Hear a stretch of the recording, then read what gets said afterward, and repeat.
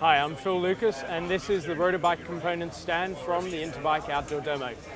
So we've got a couple of new things this year.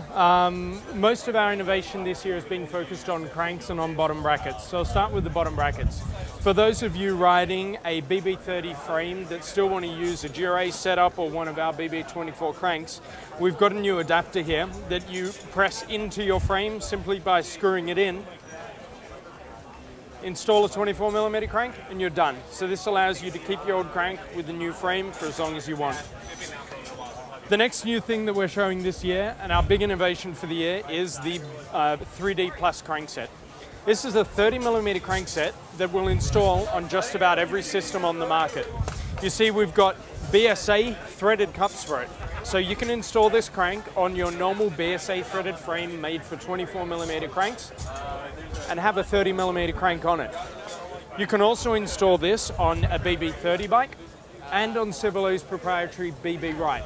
It's one crank that works for all systems on the market. And this crank is installed with our Q-rings. This is our star product and really deserves a little attention. A lot of people think that the only thing that matters in cycling is the perfect spin. What they don't realize is that that perfect spin exists as a compensation for a mechanical problem.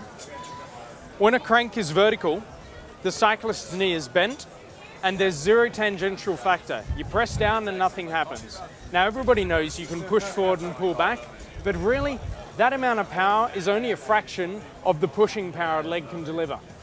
Now when you go down in the pedal stroke and you arrive near the horizontal, we've got a situation where you have a horizontal crank which can do a lot with the power you put into it, and an open knee. And an open knee equals a powerful leg. So you go from a situation of power void to major power. Power void, major power, 90 to 110 times a minute. The system doesn't really work.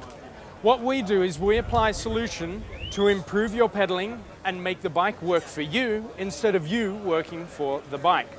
And how does that work? Quite simple. When you're at the top dead center, when your knee is bent, when your crank is vertical and you really can't do much, we put a smaller chainring diameter here. First of all, to get you out of that zone. Second of all, with a smaller chainring, we magnify the feeble power that you have. What the Q-ring really wants is to get you in this position where your crank is horizontal and your legs are open, because that's where your legs work efficiently.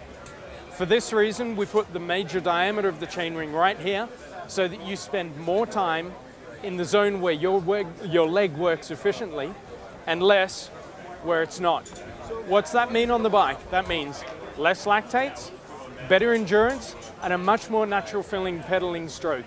As strange as it may seem, we really think oval rings are the future.